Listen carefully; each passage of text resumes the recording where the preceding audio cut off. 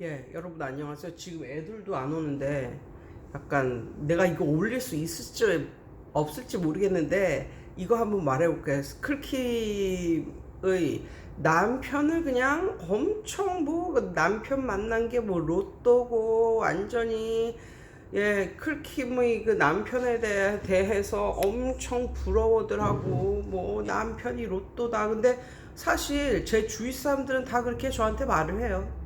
너무 익숙해졌어요, 그런 말이.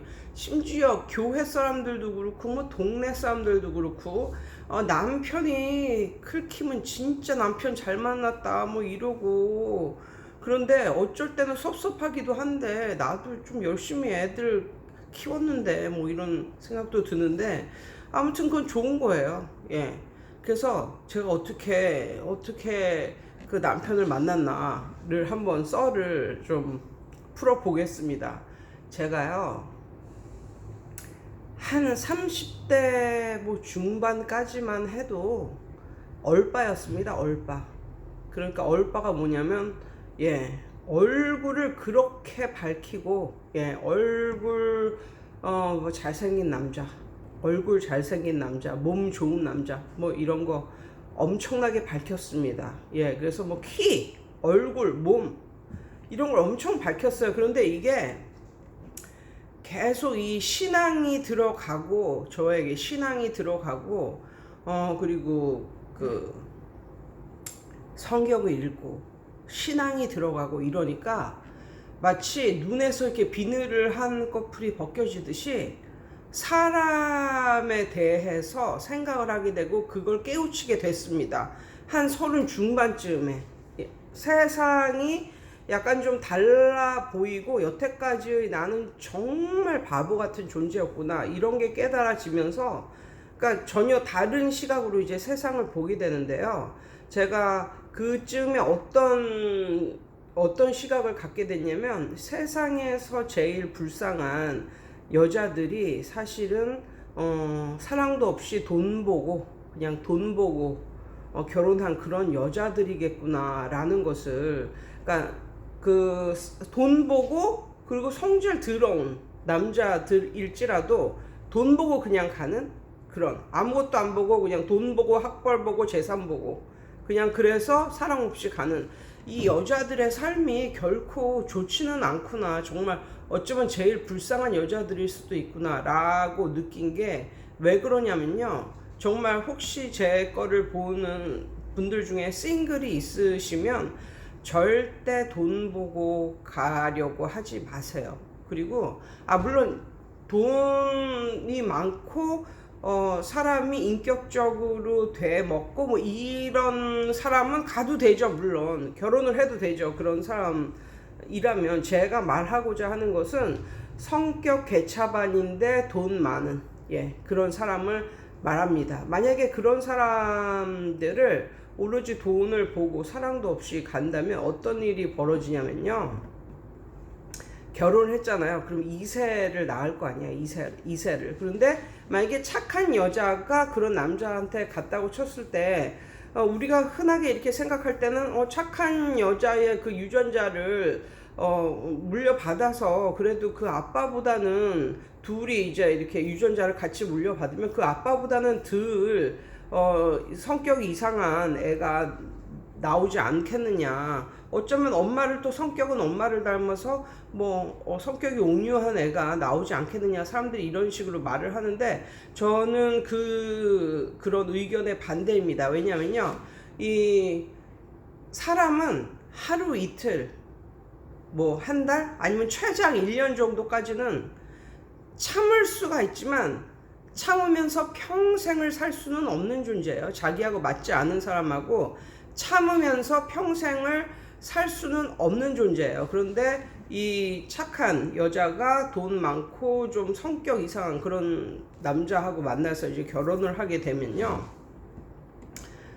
이 여자한테 뭐 잘 하겠어? 돈 보고 오는 걸 자기 자신도 알 텐데 그 남자도 그렇고 그러니까 깔보는 거지 여자를. 그러면 여자가 임신을 했어도 임신 중에도 그냥 뭐 여자를 위해 주는 게 아니라 자기 뭐 하고 싶은 대로 하고 살겠지. 그리고 100% 여자가 남자를 맞춰주는 그런 삶을 이제 살아가겠죠. 그러다 보면 이 엄마의 마음속에, 임신 중에도 이 엄마의 마음속에 이 남자에 대한 증오랄까, 아니면 자기 자신에 대한 신세 한탄이랄까, 아니면 그 남자에 대한 쓴 마음, 이걸 느끼지 않을 수가 없어요. 그럼 그게 그대로 아이한테 이제 가는 거고, 그렇게 해서 태어난 아이는 이 남자의 그 아빠의 그 나쁜 성격 플러스 엄마의 증오심, 이런 것까지 합해져 가지고 더 괴물 같은,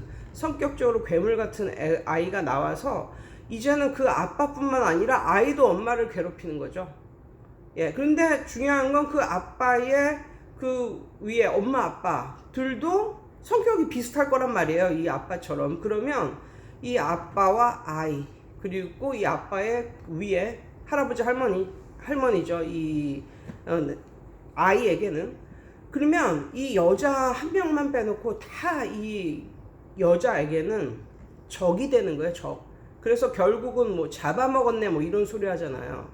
뭐 부인 잡아먹었네, 뭐 시부모가 뭐 며느리 잡아먹었네.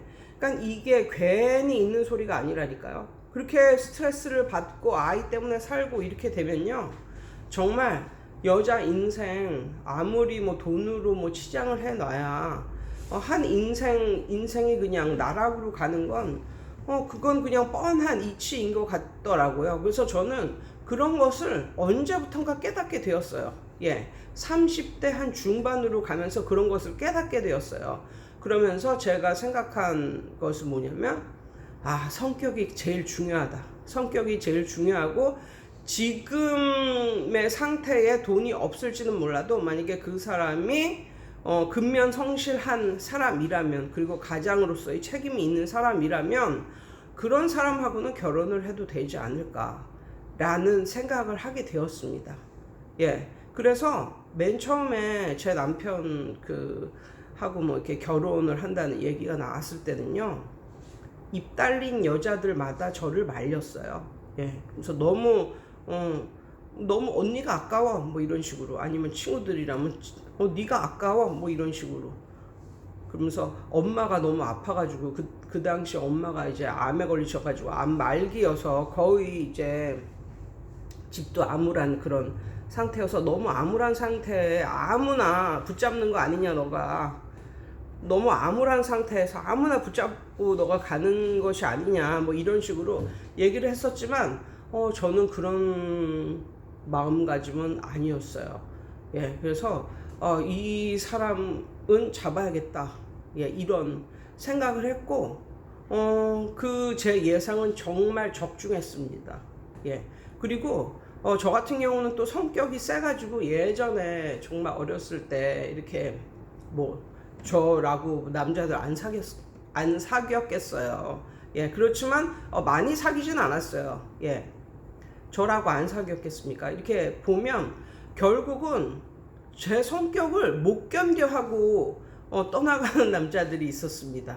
예, 그러니까는 저는 그렇게 뭐 성격이 강하다고 생각을 안 했는데도 그걸 이제 못 참는 거죠. 그런데 제가 생각하기에도 제 성격은 좀 강한 편이에요. 그런데 제 남편하고 데이트를 할 때도 제가 그 점이 약간 좀 걱정이 되더라고요. 제 성격이 너무 강해서 남편이, 그때는 남편이 아니지만 아무튼 남친이 좀 스트레스를 받으면 어떡할까 뭐 이런 식으로 생각은 했었어요. 근데 웬걸 남친은 전혀 저희 성격으로 인해서 스트레스를 받지를 않았어요. 그러니까 충돌은 있었지만, 충돌이 있어도 저 혼자 있는 거지, 남편이 이걸 갖다 맞장구를 쳐야 이게 충돌이 있는 거잖아요. 그리고 만약에 뭐 내가 화날 만한 일이 있어서 소리를 지른다든가 그래도 이게 내가 그러면 이쪽도 하이퍼 텐션으로 이렇게 해야 이게 크게 이제 폭발을 하는 건데, 내가 완전히 이렇게 하이퍼 텐션으로 이렇게 말을 해도 남편은 완전히 이렇게 말을 하니까 이게 부딪힐 일이 없는 거예요. 그리고 저하고 사귀면서 제 남편은 점점 아주 말랐었거든요. 제 남편이 점점 배가 나오고 인상이 좋아지고 느긋해지고 이런 성격으로 변해갑니다. 이런 사람으로 변해갑니다. 그러니까 일단 살이 찌고 이렇다는 것은 마음이 편하다는 거잖아요. 예. 그리고 결혼을 한 이후에도 점점 살이 쪄갑니다. 예, 저도 그렇고, 저도 그렇지만. 예, 그러면서 남편을 이제 요즘에 만난 사람들을 보면 인상이 진짜 좋아졌고, 아주 좋아졌다고 이렇게 다 이렇게 말을 하거든요. 그러니까 그 저 같은 성격이 남편이 만약에 저 같은 성격을 참고 사는 그런 성격이었으면 참고 살아야 되는 그런 상황이라면 그건 남편한테는 나쁜 거죠. 저하고 사는 게. 그런데 그게 아니라 제가 막 가끔가다 이렇게 해도 그것이 남편은 크게 그걸 받아들이질 않고 제가 그냥 성격이 약간 그런 애다 뭐 이런 식으로 엄청 가볍게 그냥 지나가니까 그게 남편도 쌓아두질 않고 뭐 이러니까 그게 너무나 편안한 상태로 가는 거예요. 예. 그래서 저는 저희가 잘 만났다고 생각을 합니다. 예, 이상이에요. 또 수업을 해야겠어요.